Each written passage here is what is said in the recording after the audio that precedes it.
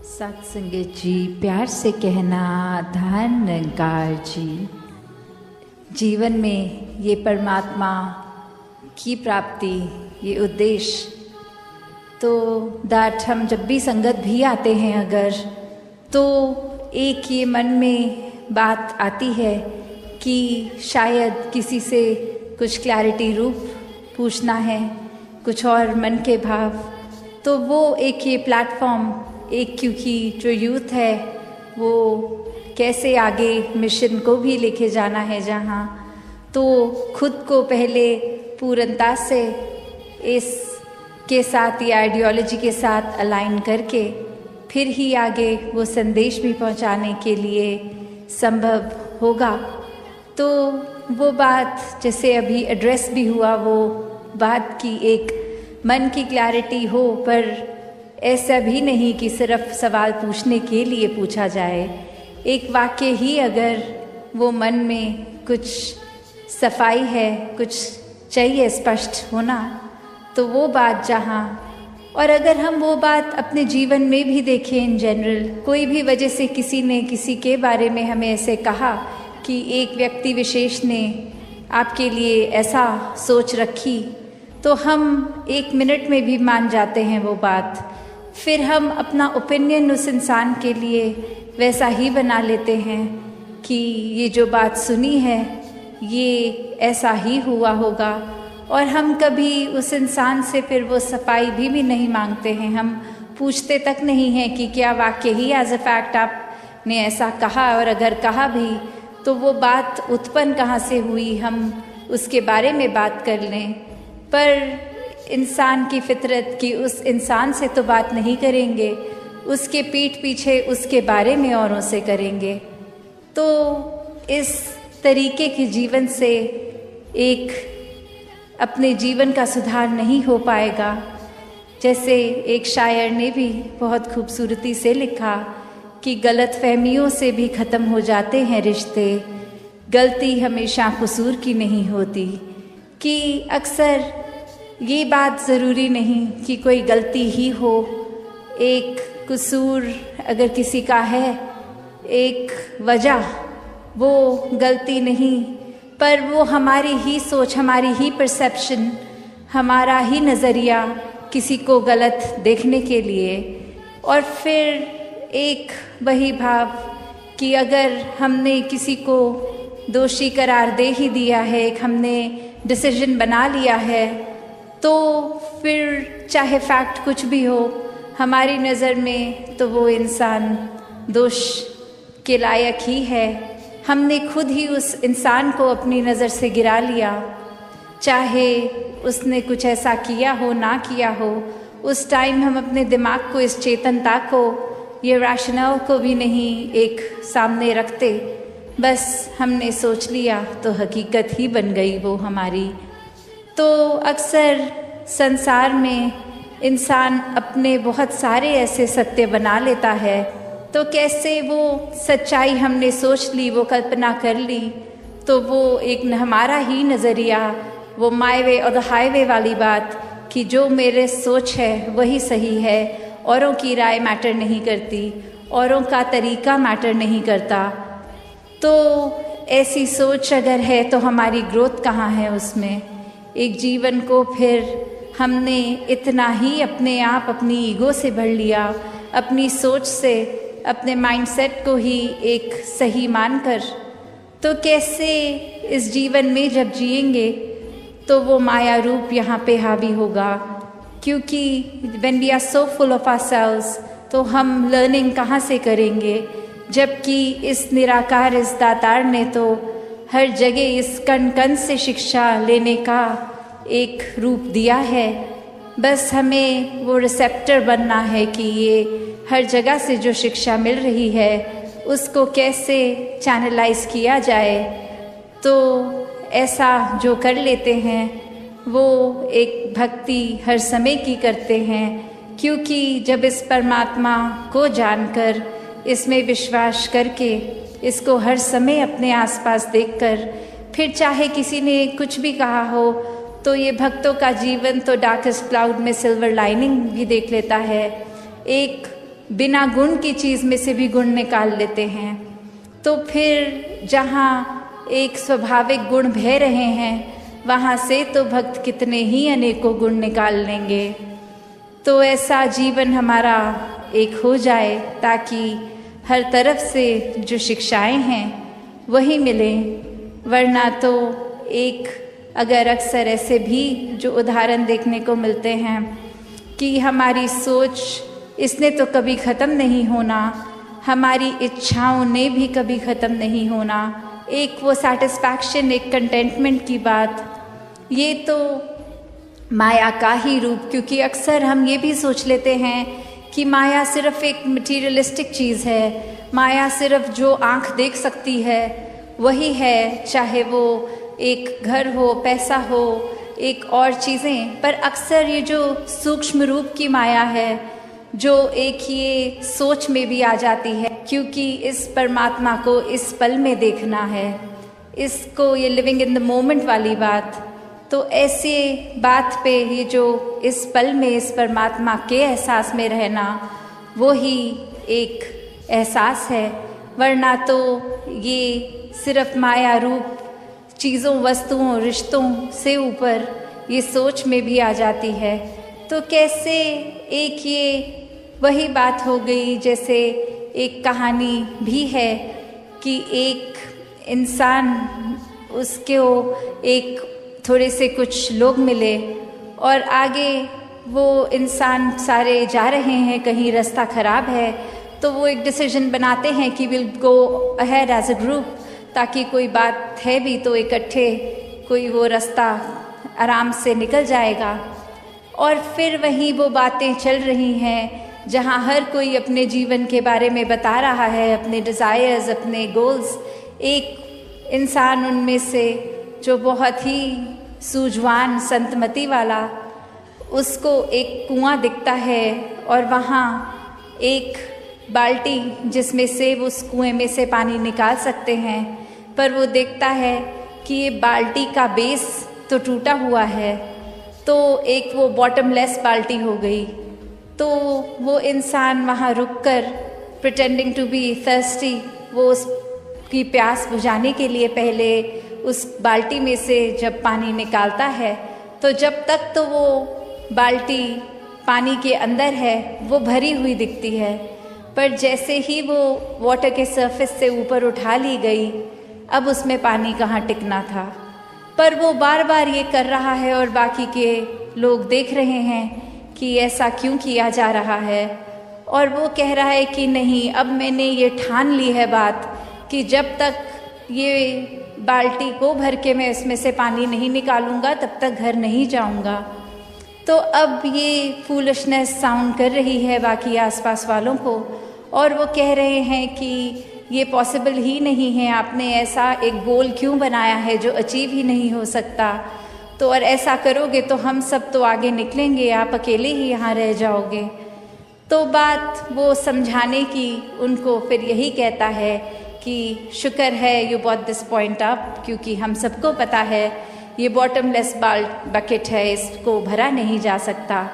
तो हमारी सोच, हमारा मन भी ऐसा ही बॉटमलेस है। ये डिज़ायर्स भी आएंगे, ये एक इच्छा की पूर्ति होने के बाद दूसरी ने भी आना है। तो हमें एक, अगर हम उस भरोसे रहेंगे कि एक एक चीज़ आती रहे, उसको चेकलिस्ट में हम टिक करते रहेंगे, तो हमारे ये मन में और चीज़ें आनी एक बंद हो जाएंगी। ऐसा नहीं है, चीज़ों ने तो आते रहना है, ख्यालों ने तो आते रहना है। तो एक अगर हम इसी के पीछे भागते रह जाएंगे तो फिर एक जीवन कब जिएंगे।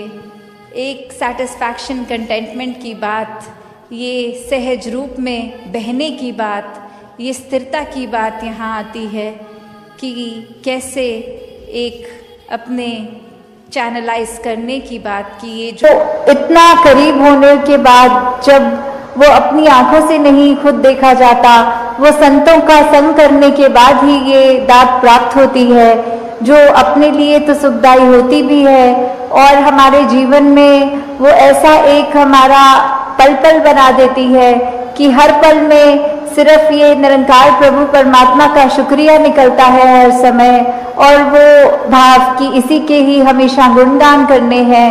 फिर बाकी चीज़ें लगता है कि है सबकी इम्पोर्टेंस अपनी है, पर निरंकार से ज़्यादा इम्पोर्टेंट कुछ नहीं, इस परमात्मा से ज़्यादा ज़रूरी कुछ नहीं। हाँ जी, इसे एक दे नाल जोड़ के बेड़ा जग दा पार करन।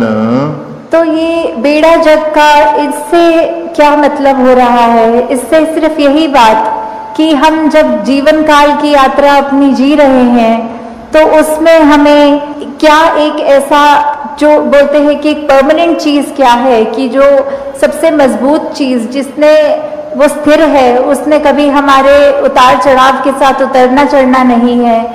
जैसे एक तूफान आता है तो हमें बोला जाता है कि कोई ऐसी चीज़ को पकड़ लो, जैसे पेड़ या कुछ जो अपना ज़मीन के अंदर इतनी मजबूती से जिसकी नींव गड़ी हो, ताकि वो हवा फिर हमें उड़ा नहीं सकती। हमने एक ऐसी स्थिर चीज़ को पकड़ लिया है जिसके कारण हम भी, वो हवाएं हमको उड़ा के नहीं ले जा सकती।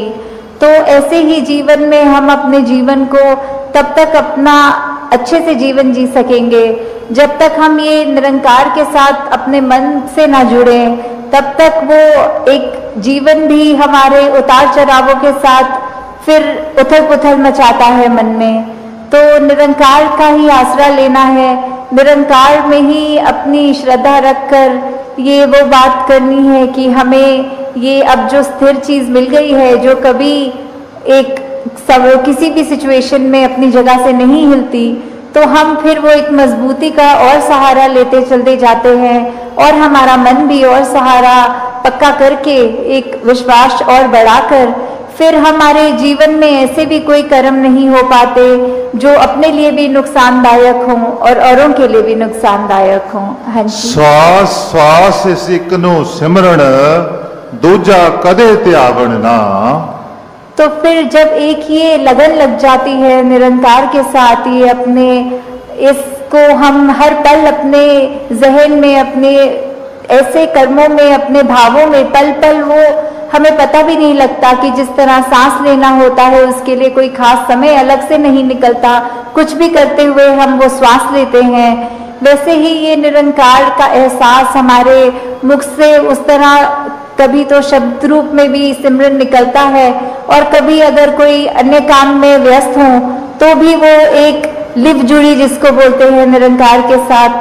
तो जब वो हो, वहाँ पे हम रहे पूरे समय, तो दिन में कुछ भी करते चले जाएं, पर लगातार एक चीज़ एक कांस्टेंट रहती है, वो है कि ये निरंकार का एहसास। तो जब तक हम वो सिमरन रूप में अपना नाता निरंकार से और गहरा करते जाएं, जितना अधिक से अधिक हो सके मन में भी करें और बोल से भी सिमरन करें, ताकि वही बात कि ये निरंकार ही है जो सही मायने में सब कुछ है और बिना उसके कुछ भी नहीं, और वो खुद भी सब कुछ होते हुए ना उस तरह दिखता है, पर फिर भी इतने गुण, बिल्कुल निर्गुण होते हुए भी। तो हमें भी ये सब ज़्यादा से ज़्यादा ऐसे कोशिश करनी है कि हम बिल्कुल वही गुणों को अपने जीवन में उतार पाएं, उसी तरह अपने जीवन को चला पाएं, जिस तरह युगों युगों ने संतों ने चाहा है कि एक कर्म हमारे ऐसे बनते जाएं, एक ऐसा हमारे दिल से दिल का रिश्ता इस निरंकार प्रभु परमात्मा से जुड़े। हाँ जी, कहे अवतार और पूरे गुरसिख इकनो कदी पुलावन ना। तो फिर ये जो एका है, ये निरंकार की तरफ इशारा करते हुए कि जो भी पूर्ण गुरसिख होंगे, जिनको ये ब्रह्म ज्ञान की दात प्राप्त हो गई और उसके बाद वो अपने अहंकार को तज के ये उस तरह एक सिर्फ इस एक ही के साथ ही जुड़ा हो, चाहे वो किसी भी भाव से हम लेते हों, जो अपनी श्रद्धा से जो भी बुलाना चाहे, तो उसके साथ जब तक जुड़े हैं इसका एहसास करते हुए, तो ही सब कुछ है। नहीं तो वो एहसास जिस पल खो दिया, समझो वो जीवन काल वहीं थम गया, या फिर वो भी नहीं पता लगता कि कब वो पतन की ओर एक हमारे सोच विचार बन जाते हैं। तो हमें किस तरह ये अपने अंदर और मेहनत करनी है कि बस ये एक जो है इसी के साथ और जुड़ते चले जाएं, इसी के साथ अपना हर पल इस तरह बिताएं कि जैसे एक मछली होती है, जब उसको पानी से बाहर निकाल दिया जाता है तो कैसे तड़पती है, वैसे ही जिस पल हमें इस निरंकार का चेता भूले, उसी समय ये तड़प अंदर से अपने आप वो लिव वापस जोड़ दे। तो इस तरह कोशिश करके अपने जीवन को हम एक उस तरह ढालें कि किसने हमें, जहाँ ये निरंकार प्रभु परमात्मा जो अंग है, सदा है, कायम है, और उसको ना कोई काट सकता है, ना उसको कोई गीला कर सकता है, एक ऐसा परमात्मा जो शुरू से था और अंत तक है और उसका कोई अंत ही नहीं है। तो वैसे ही हमें भी उसके साथ जुड़ते हुए अपने जीवन को भी और सुधारना चाहिए। आपका ये निरंकार के आगे अपनी अहंकार को तजके सिर्फ एक वो शीश झुकाकर, एक चेहरों पे मुस्कुराहट रखकर, ये जो अंदर और सीखने की भावना की ये गुरसिक का तो जीवन ही यही है कि हर पल सिर्फ सीखना ही सीखना है। तो वो उसी भाव से जब एक मर्यादित रूप में सत्संग होती है और सारी वो बातें सबकी सुनी जाती हैं, तो अपना मन जहाँ हमारा और साफ होता जाता है, जीवन में अच्छे गुण आते रहते हैं और उसी तरह हम एक और खूबसूरत ये इंसान बनते हैं। हम खुद भी इस मिशन के साथ जब जुड़े हैं तो ये निरंकारी मिशन का हम एक एक व्यक्ति, हम यहाँ एक एक महापुरुष अपने जीवन को उस तरह सुधार के रखे कि एक समाज में भी अगर कहीं जाएं तो सबके मन में यही लगे कि इस व्यक्ति के जैसे बनना है, इसके पास एक ऐसी दात है जो उसको एक हमेशा बाकियों से अलग दिखाती है। तो इस तरह हमारे कर्म ही जब वो प्रचार का रूप ले लें, हमारी भाषा ही प्रचार का रूप ले ले, हमारे सोच ही प्रचार का रूप ले ले, तो फिर हमारा ये जीवन काल जब तक है और उसके बाद जैसे लोक सुखी पर लोक सुहेला, तो किस तरह ये जीवन भी जीते हुए हमने जहाँ वो ह्यूमन वैल्यूज को रखना है, एकत्व, भाईचारा, मिलवर्तन, करुणा, दया, ऐसे अनगिनत जो भी है वो तो रखकर अपने जीवन में हर पल जीवन को जीना है।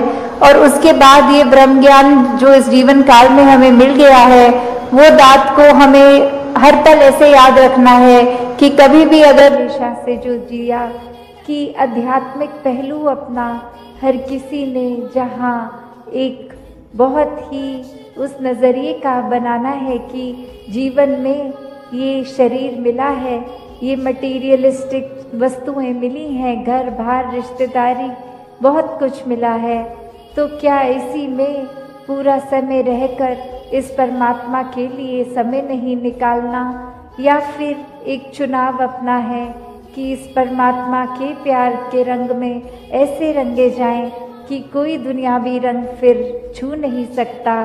ये पक्के का रंग, ये एक हर समय रहने वाला रंग, और इस रंग को जिसने भी अपने ऊपर लगाया वो हमेशा के लिए आनंदित हो गए।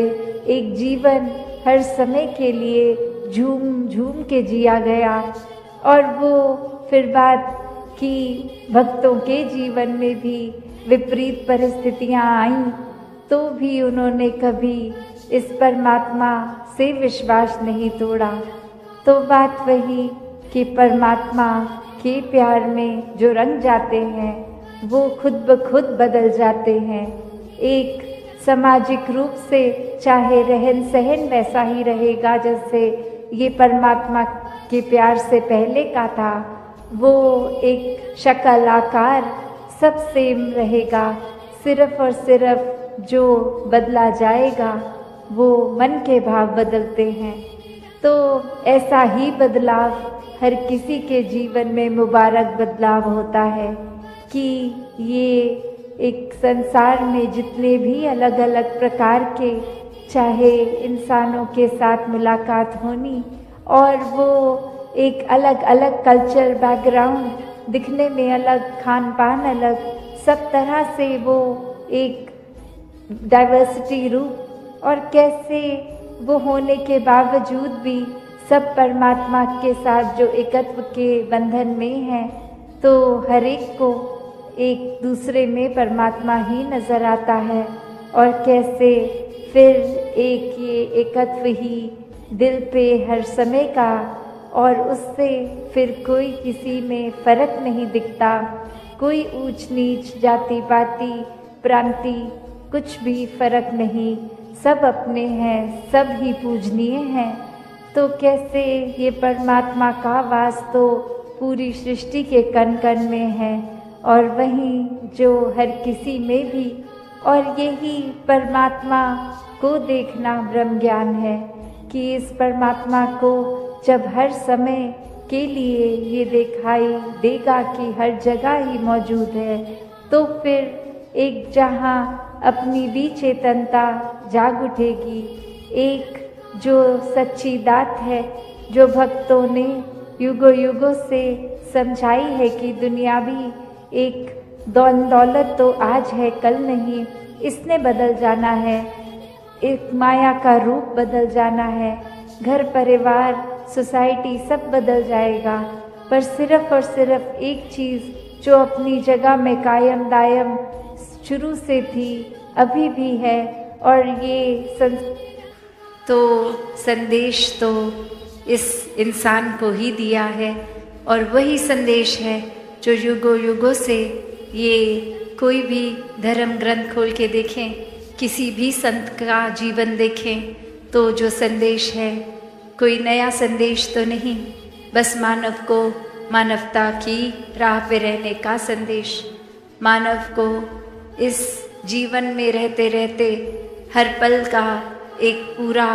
फायदा हो, एक सदुपयोग हो, ये मानवीय गुणों से जीवन भरा रहे, यही संदेश संत हर एक तक पहुंचाते हैं कि हमने जीते जी अपना जीवन तो सफल किया, इस परमात्मा से जुड़ गए, इस निराकार को जान लिया, चाहे नाम वो विट्ठल हो, पांडुरंग हो, एक कोई भी आस्था अनुसार अपना एक जो भी नाम से संबोधित करें, तो भाव वही कि यही एक सच्चाई है जो हमेशा से थी, है और रहेगी, और यही अपना रूप नहीं बदलती, ये स्थिर है, ये समय के साथ चेंज नहीं होगी, ये मौसम के साथ चेंज नहीं होगी, ये एक अपना फॉर्म नहीं बदलती, ये फॉर्मलेस, ये हर जगह रहने वाली सच्चाई।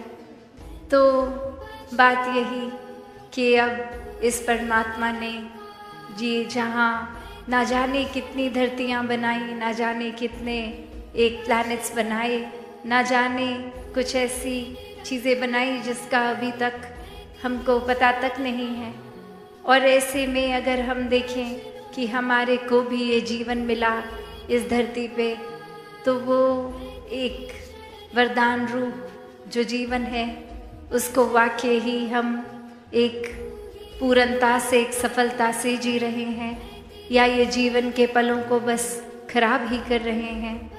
ये जीवन तो इस तरह कहा गया है कि मनुष्य जीवन एक सबसे उत्तम श्रेणी का जीवन, कि एक पेड़ पहाड़, एक इंसान अगर है तो वो जानवरों की तुलना में भी एक हर एक से प्रकृति से ऊंचा, और ये एक ऊंचा क्यों, बाकी भी योनियों में देखें तो भूख लगती है तो खाना खाते हैं, पशु पक्षी भी एक सोते भी हैं, एक परिवार का पालन पोषण भी करते हैं। कुछ स्पीशीज़ को देखा जाए तो कैसे वो भी बहुत कम्युनिटी बेस्ड होती हैं कि अपनी वो एक झुंड में ही ट्रैवल करते हैं। और वहीं अगर हम देखें कि बाकी हमारा ये जो अक्सर कहा गया है निद्रा भोजन भोग भय, तो ये तो हर एक में कॉमन कांस्टेंट फैक्टर है ही। तो क्या है जो मनुष्य योनि को इतना श्रेष्ठ बनाता है, वो क्या है जो हम अलग कर रहे हैं। हम अभी भी तो एक अपना घर बनाते हैं, पूरे दिन की एक्टिविटी करते हैं, वो सब करते हैं जो कोई जानवर भी करता होगा। तो ये एक जो स्पिरिचुअल इंक्लिनेशन की बात है, ये जो ब्रह्म ज्ञान की बात है, ये सच्चाई को जानना, इस परमात्मा को जानने की बात, ये ही है जो मनुष्य योनि को श्रेष्ठ बनाता है। और इंसान इसमें भी अपनी कीमत पहचानता नहीं है। ये इतना अनमोल जीवन मिला, इसको भी गवा देता है कि कैसे एक कहा भी गया है मन तू ज्योत स्वरूप है, अपना मूल पहचान। कि जहाँ इतनी डिवाइन ये परमात्मा और इसी डिविनिटी की उपज से हम भी, और कैसा ये पोटेंशियल हमारा भी पूरे इस डिवाइन को प्राप्त करा जा सकता है, ये स्वयं इसी का अंश है। तो ये पूरे तरह से भ्रम भी बना जाता है। और फिर भी ये इंसान क्या चुनाव कर रहा है, ये इंसान अपने जीवन में एक अपना कीमत खुद ही पूरी तरह से नहीं लगा पा रहा। कि जैसे एक अक्सर सबसे कॉमन एग्जाम्पल जो दिया जाता है, वो चाहे एक बीज का ही देते हैं कि उस बीज में पूरे का पूरा वृक्ष बनने की कैपेसिटी है, और वो वृक्ष के इतने अपने अलग अलग एस्पेक्ट्स होते हैं कि वो पत्ते भी हैं, वो ब्रांचेस भी हैं, वो रूट्स भी है, वो फ्रूट भी है। वो इतना कुछ होने के बावजूद ये उपज, ये चाहे सिर्फ यही कि उस बीज को उस मिट्टी में पूरी तरह से समर्पित होना है, और एक बार ये हो गया तो फिर उसके तरीके कितने भिन्न भिन्न भी हों, फायदे कितने भी हों, एक वो रूप इतना वो फुल पोटेंशियल को रीच कर लेता है। तो ऐसे ही इंसान भी एक खुद ही इस भ्रम समान है, तो भी ऐसा क्यों बन गया कि किसी को तो देख के हम बोलते हैं ये इंसान तो इतना प्यारा है, बिल्कुल फरिश्ते की तरह है, एक अच्छाई है, एक चेहरे पे नूर टपकता है, एक आते हैं हमारे से बात करते हैं तो पूरा दिन हम ही इतने खुश रहते हैं, एक बहुत ही ठंडक सी प्राप्त होती है। और वहीं हम किसी के लिए ऐसे विचार भी रख लेते हैं कि ये इंसान का तो अभी आना दूर की बात, अभी पता ही लगे कि अगले कुछ चंद दिनों में ये इंसान से मुलाकात होगी तो एक अलग तरीके की एंग्जाइटी, स्ट्रेस सा फील होने लगता है कि ये किसी तरह अवॉइड हो जाए इंसान। तो बात वही कि इंसान तो सभी हैं, तो फिर इतना ये फ़र्क क्यों कि ये एक तो फरिश्ता और एक दानव वाला रूप इंसान का, जहाँ किसी को उठाना तो दूर की बात, किसी उठे को भी गिरा रहे हैं, हक दबोच रहे हैं, आंसू देने का काम कर रहे हैं, एक अपनी जो पोटेंशियल थी उससे कितना नीचे गिरा घिनौना काम भी कर रहे हैं। और क्या एक संसार में करना था, क्या कर रहे हैं। ये धरती को जहाँ एक अपनी प्रेजेंस से हमने स्पिरिचुअली भी और सोशली भी एक संवारने के लिए कुदरत को क्या करना था, और हम हर तरीके से नष्ट करते जा रहे हैं, चाहे वो मन की पोल्यूशन हो या बाहर का प्रदूषण हो। तो ये प्रदूषण किसी भी तरह की है वो हानि का ही कारण बनता है। तो कैसे ये प्रदूषण को दूर किया जाए, ये दिलों से दिलों को दूर करना, इस परमात्मा से जुड़ के इससे प्यार करके हर एक से करना है। और वहाँ ही एक अपने जीवन की भी वैल्यू खुद समझना कि कोई भी पल एक वेस्ट ना हो, कोई भी पल को हम गंवा ना दें। एक रूप अगर एक कहानी में भी ये समझें कि एक भिखारी जो हर समय पूरा जीवन भीख ही मांगता गया, और अब एक दिन उसकी भीख मांगते मांगते जब मृत्यु हो गई तो वो वहीं सड़क किनारे शरीर उसका और वो कटोरा जिसमें कुछ चंद सिक्के, और ऐसे ही कोई जाता हुआ जब देखता है और वहाँ पे क्या देखता है कि वो कटोरा ही अपने आप में बहुत कीमती किसी धातु का बना हुआ, मान लीजिए सोने का बना। और अब वही ख्याल कि ये एक गरीबी में जीवन जीते हुए, और जहाँ वो पोटेंशियल था शुरू से कि ये चाहे एक इतना कीमती सिर्फ अपने बर्तन को ही बेच लेता तो ही कितना कुछ हासिल हो जाता, और ये आराम की जीवन को जी सकता था, कि ये उस बर्तन का ही अपने आप में मोल कितना, और उसको इस्तेमाल उस चीज़ के लिए नहीं किया जा सकता था। उससे सिर्फ एक ये कुछ ही चंद पैसे के लिए यूज़ किया गया। तो ये कहानी सिर्फ उस बर्तन की, उस इंसान की नहीं है, हर कोई इस संसार में जो परमात्मा प्रेमी नहीं है, उसके जीवन की भी यही कहानी है कि ये अनमोल चीज़ हर समय है पास में, फिर भी उपयोग नहीं किया जा रहा। उपयोग तो क्या, ये परमात्मा का सहारा भी सिर्फ तभी लिया जा रहा है जब हमें या तो कोई शारीरिक कष्ट है या कोई परिस्थिति लग रहा है किसी माया रूप में कि अभी कोई धन दौलत की कमी हो गई है तो परमात्मा को याद कर लें।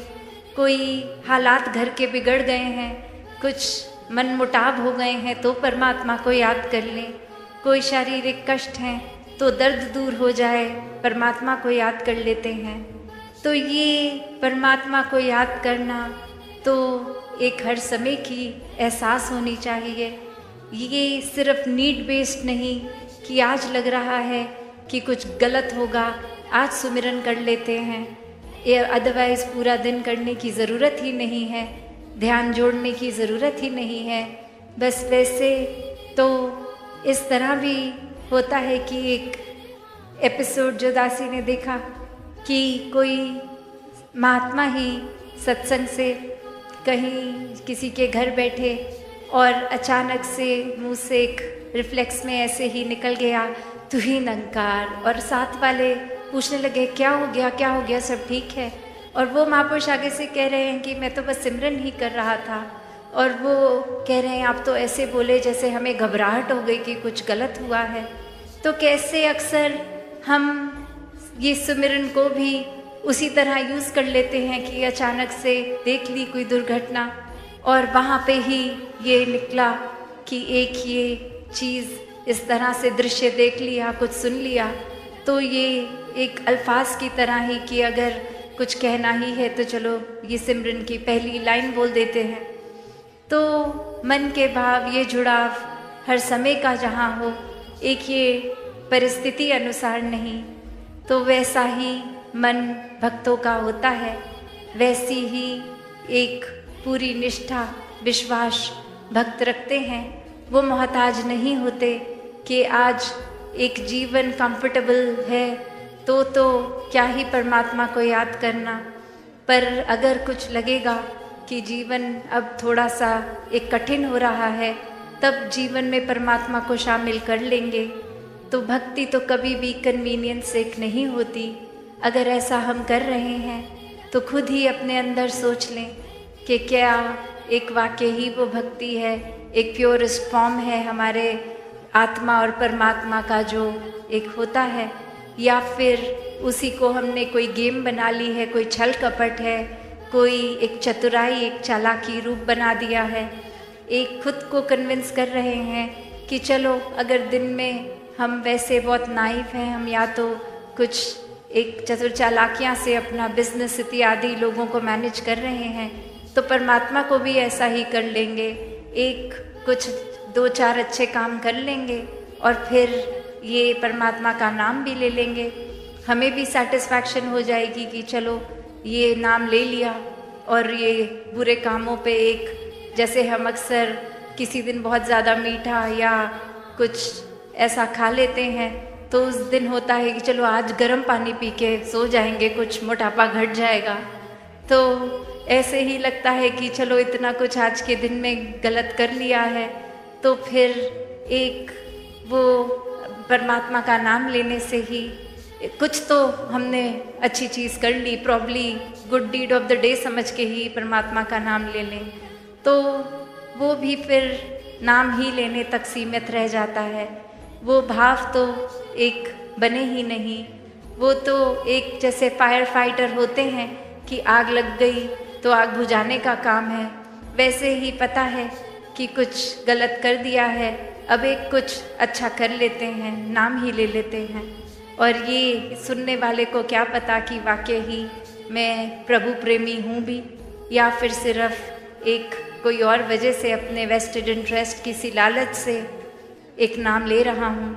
वो मेरी भी सेटिस्फैक्शन हो गई और देखने वालों को भी लगा कि ये इंसान बहुत अच्छा है, प्रभु प्रेमी है।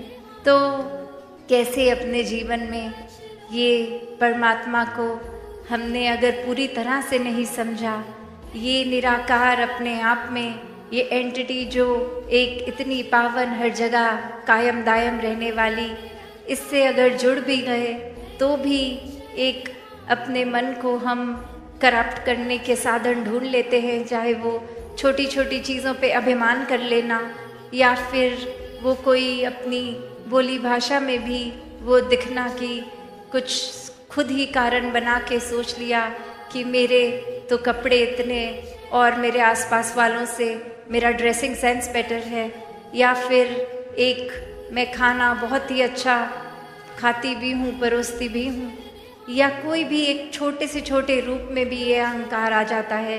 कोई बहुत बड़ी रावण वाली हालत नहीं कि कोई इतना कुछ हासिल है, इतनी धन दौलत है तो वो अभिमानी नहीं, वो तो एक निर्धन जो के पास बिल्कुल भी धन ना हो, अभिमान तो वहाँ भी जाग जा सकता है। कोई राजा मात्र धन दौलत नहीं होनी चाहिए, सिर्फ अभिमान का क्राइटेरिया वो नहीं है।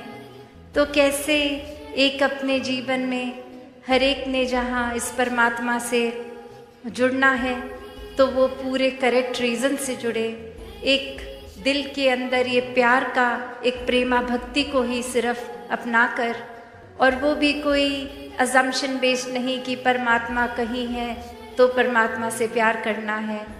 वो हर समय साथ देखकर, सामने देखकर परमात्मा, अंग संग हर पल में परमात्मा के एहसास में रहकर परमात्मा से प्यार करना, इस ब्रह्म ज्ञान द्वारा ये परमात्मा को देखकर ही इससे प्यार करके हर पल जीवन को जीना।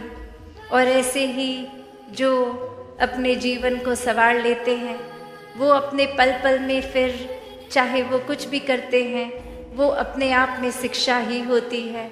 वो खुद भी इस ब्रह्मांड के कण कण से शिक्षा लेते हैं और उनके जीवन ना जाने और कितने जीवन और कितने इंसानों के लिए प्रेरणादायक हो जाते हैं। कोई भी एक संत और भक्त इसलिए भक्ति नहीं करता कि हमारी भक्ति की वजह से हम पॉपुलर हो जाएं, एक प्रसिद्ध हो जाएं, कोई हमारा नाम ऐसे अच्छे से ले। नहीं, भक्तों को तो सिर्फ दुनियावी रूप किसी चीज़ का एक मतलब ही नहीं है। वो चाहे महलों में भी रहते हों या झोपड़ी में भी रहते हों, एक प्रायोरिटी, एक हर समय एक जिसको प्राथमिकता दी वो परमात्मा को ही दी, हर परिस्थिति में दी। एक कुछ भी मन में ऐसा नहीं आया कि गलत है या फिर परमात्मा कुछ गलत कर रहा है। जिनको पूरा विश्वास होता है उनको ये भी पता होता है कि इस निराकार ने तो कुछ कभी गलत करना ही नहीं है। ये हमारा ही नज़रिया है जो गलत और सही की अपनी डेफिनेशंस अपनी कन्वीनियंस से बना लेता है। तो कैसे इस जीवन में जहाँ एक अपने आप का मूल डालने की बात है कि ये भक्तों की एक अवस्था, वो मोल एक किसी धन दौलत से तोली नहीं जा सकती। एक और कहानी जहाँ एक इंसान जाता है और देखता है कि किसी संत के पास कुछ चुनिंदा ही, कुछ गिनती के ही शिष्य बैठे हैं और वो आगे से कहता है कि आप मेरे घर आइए, मैं आपको एक उस तरह से महंगे महंगे चीज़ों को, धन दौलतों को आपके आगे उपस्थित कर दूंगा, और ये सब अगर मिला के भी उतनी धनराशि नहीं दे सकते। तो वो गुरु आगे से कहते हैं कि जो मुझे ये दे सकते हैं आपकी वो काबिलियत नहीं है देने की। और फिर यहाँ और अभिमान आता है कि शायद इन गुरु को पता नहीं कि मेरे क्या काबिलियत है, मेरे तो इतने कारोबार, इतना विस्तार है कारोबार का, मेरी तो फाइनेंशियल कैपेसिटी ही कुछ अलग सी है देने की। और फिर वो और अपनी बात को स्ट्रॉन्ग रखते हुए समझाते हैं कि आप घर तो आइए, मैं आपको इतना धन दौलत दूंगा जो आपके सारे शिष्य मिलके भी 3-4 सालों में नहीं दे सकते। और आगे से गुरु कहते हैं मैं आपके घर तो आ जाऊंगा, पर आप मेरी बात नहीं समझ रहे, आप वो दे ही नहीं सकते जो मेरे शिष्य मुझे दे सकते हैं। और फिर ऐसे ही होता है, घर जाकर भी वो भेंट रूप स्वीकार नहीं होती। और अब वो इंसान पूछता है कि क्यों ऐसा क्या है, और वो एक यही बात समझाते हैं कि ये तो भक्ति है, ये प्यार है, ये विश्वास है, ये श्रद्धा है, ये एक हम्बल होके एक पावन एक रूप है। ये अहंकार रूप या किसी धन दौलत की तुलना तो इससे हो ही नहीं सकती।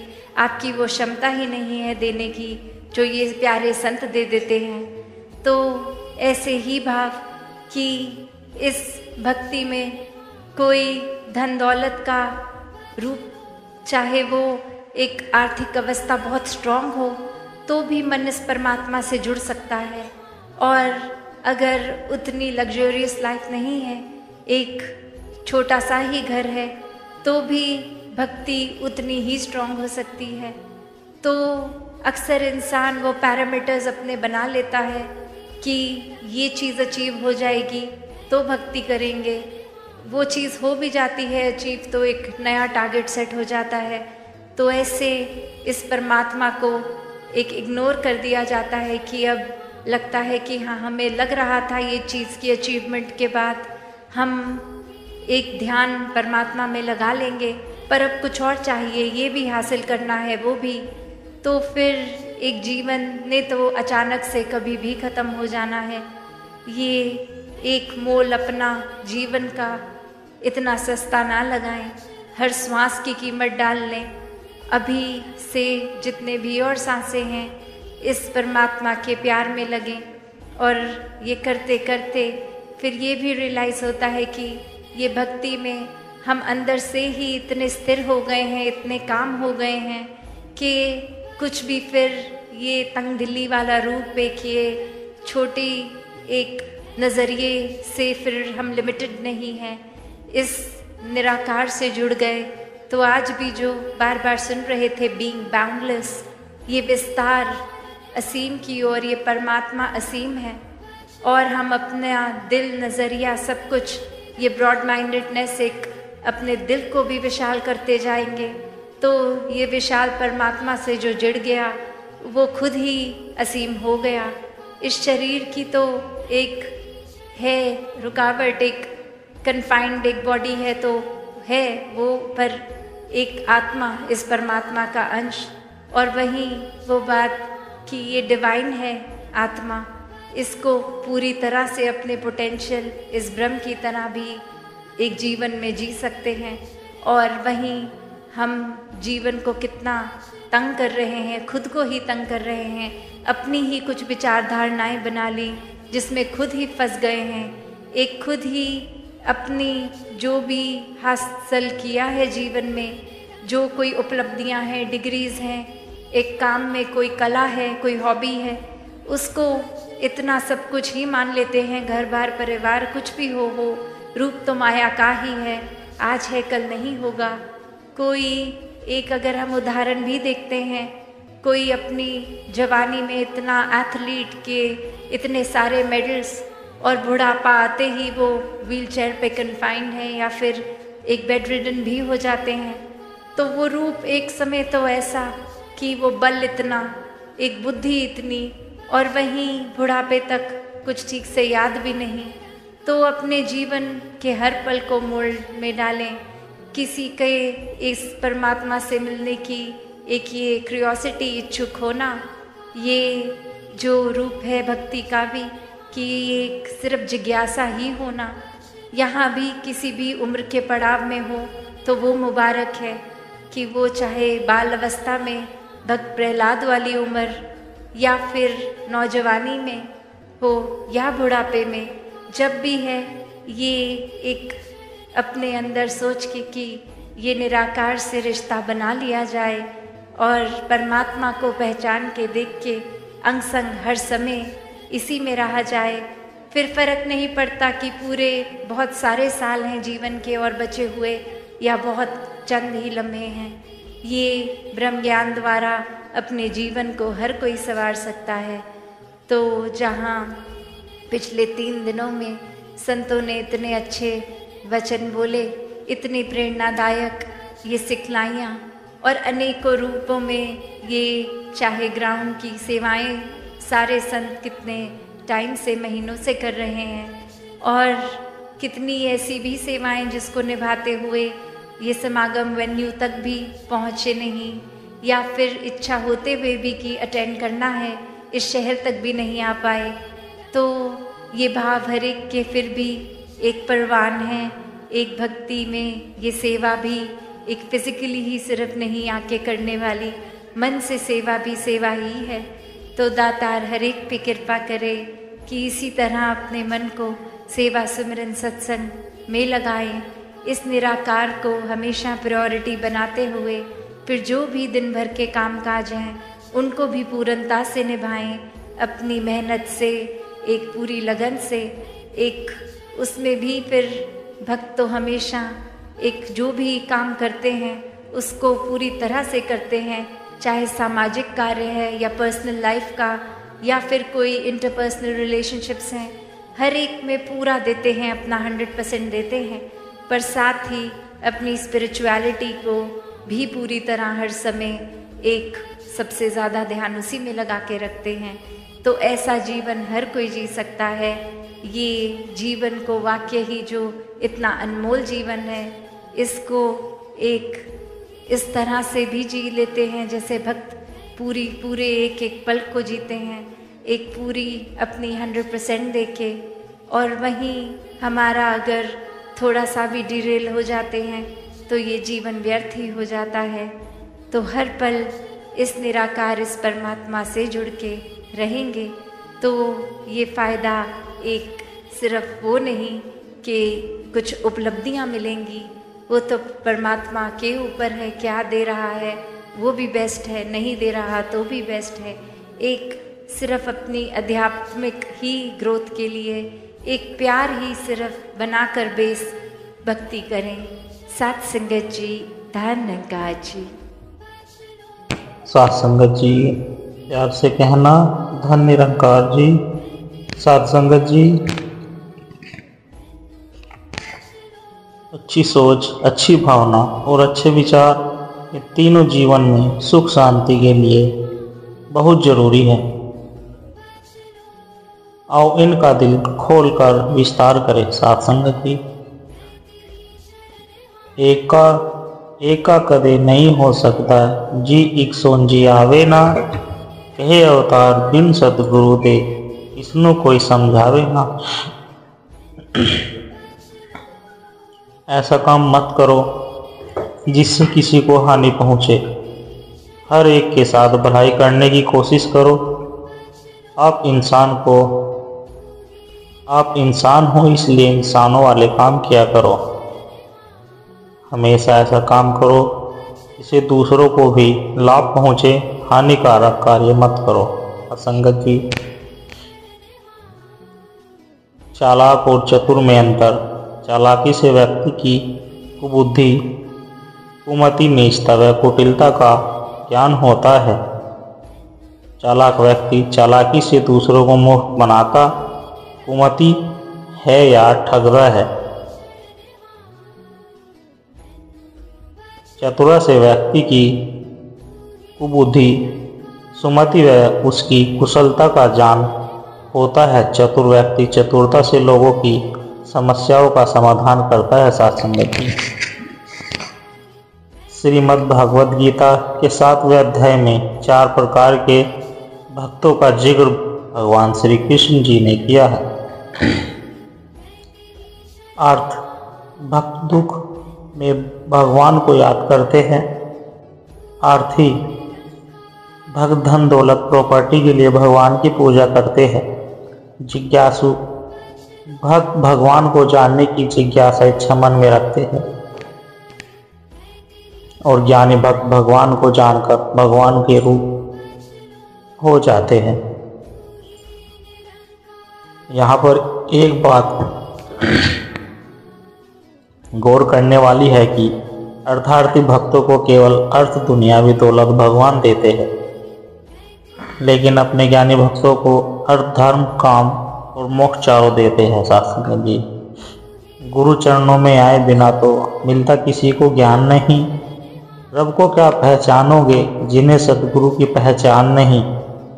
मन मर्जी करने वालों को ही तो मनमुख कहते हैं। चले न गुरमत पर मिलता, फिर दरगाह में सम्मान नहीं। मना किया है गुरु ने जिनसे उनको बढ़ावा देना नहीं। रहना बनकर दास सभी का, झूठा करना मान नहीं। प्यार नम्रता सबकी भलाई, मानना सबको ही अपनाना।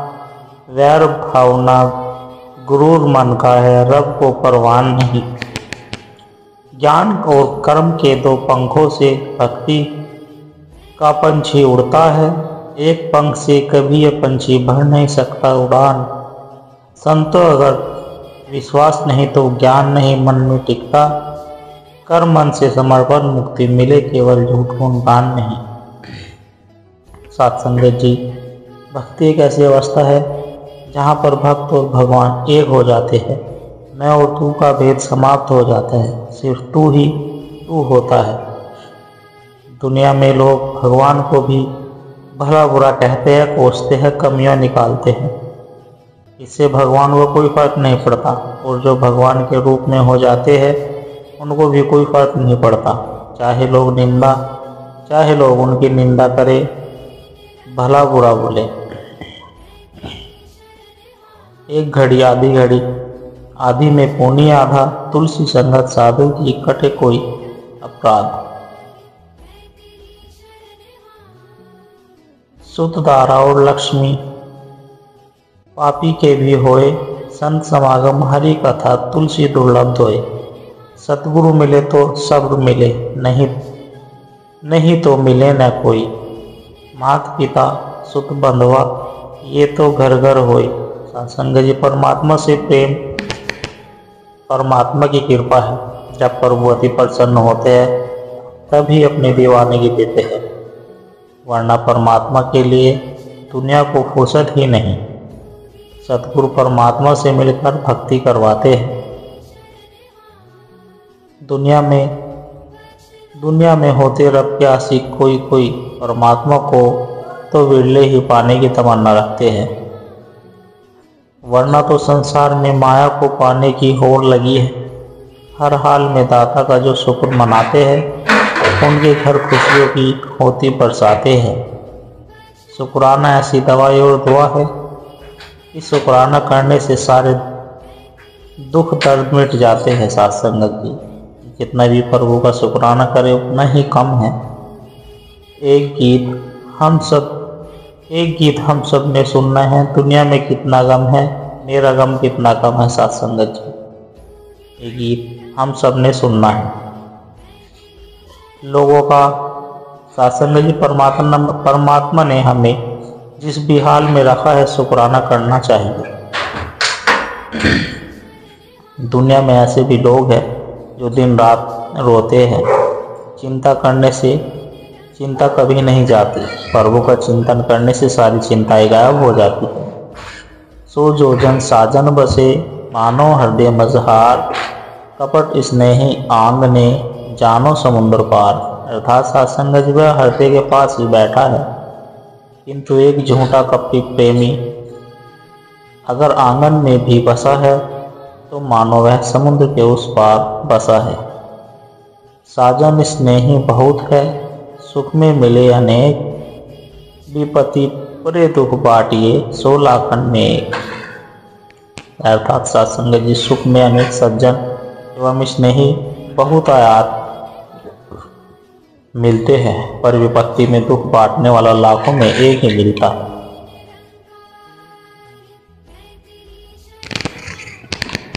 यह तो घर है प्रेम का ऊंचा अधिक एकांत। शीश काटी पग दर तरे, तब बैठे कोई सन। साथ संगत जी, यह घर प्रेम का है, बहुत ऊंचा और एकांत है। जो अपना शीश काट कर पैरों के नीचे रखने को तैयार हो, तभी कोई संत इस घर में प्रवेश कर सकता है। प्रेम के लिए सर्वाधिक त्याग की आवश्यकता है। सत्संग जी, तृप्ति तो केवल प्रभु कृपा से ही संभव है। बाहरी जगत में ज़्यादा कुछ प्राप्त हो न हो, पर किसी के जीवन में भीतर की तृप्ति है तो उस प्रभु की सबसे बड़ी कृपा समझनी चाहिए। जीत और हार आपकी सोच पर निर्भर करती है। मान लो तो हार होगी और ठान लो तो जीत होगी। मन के हारे हार है, मन के जीते जीत। सत्संग श्री अष्टवक्र गीता श्लोक 10 अध्याय 18। अपने स्वरूप में स्थित होकर शांत हुए तत्वज्ञानी के लिए न विवेक है और न एकाग्रता, न ज्ञान है और न अज्ञान, न सुख है और न दुख। नकारात्मक विचार और चिंताएं पक्षी की तरह होते हैं जिन्हें हम अपने आसपास उड़ने से नहीं रोक सकते, लेकिन उन्हें अपने मन में घोंसला बनाने से हम रोक सकते हैं। सत्संगत जी, ज्ञान समझदार जानकारी है। ज्ञान कक्ष में आने के बाद भी जिनको ज्ञान समझ में नहीं आता वो बहुत जल्द भटक जाते हैं, माया जाल में अटक जाते हैं। जब तक ज्ञान की दिव्य अनुभूति नहीं होती, ज्ञान को बार बार लेना चाहिए। ब्रह्म ज्ञान की दिव्य अनुभूति उनको ही होती है जिनके मन में परमात्मा से मिलने की तड़प प्यास होती है। सत्संगत जी, गुरु ज्ञान सत्संग में असीम शक्ति होती है। इंसान को टेंशन, डिप्रेशन, चिंताओं से बाहर निकाल देती है, जो कि डॉक्टर और दवाइयाँ भी नहीं कर सकती। सत्संगत जी, दोनों जहानों की खुशियाँ तुमसे मिलती है, जीवन की चमक तुमसे ही खिलती है। यह जिंदगी तो तुझसे ही चलती है, हम पर दुनिया तो इसलिए ही चलती है। सतगुरु के बताए मार्ग पर हम नहीं चलते। जीवन में दुख आता है तो हम परमात्मा को दोष देते हैं। दुख हमारे कर्म हमें देते हैं, परमात्मा नहीं। सत्संगत जी, स्वयं पर विजय प्राप्त करने का आसान तरीका है स्वयं को सुधार लेना। जिस दिन हम खुद को सुधार लेंगे, खुद पर विजय प्राप्त कर लेंगे। सत्संगत जी, सर्वे भवन्तु सुखिन, सभी सुखी हो। सर्वे सन्तु निर्माया, सभी निरोगी हो।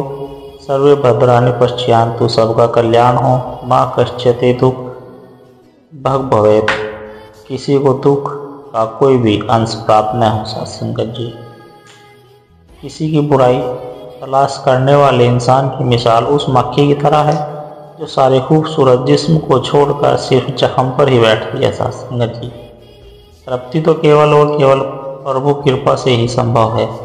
बाहरी जगत में ज़्यादा कुछ प्राप्त हो न हो, पर किसी के जीवन में भीतर की तृप्ति है तो उस प्रभु की सबसे बड़ी कृपा समझनी चाहिए। सत्संगत जी, प्यार से कहना, धन निरंकार जी।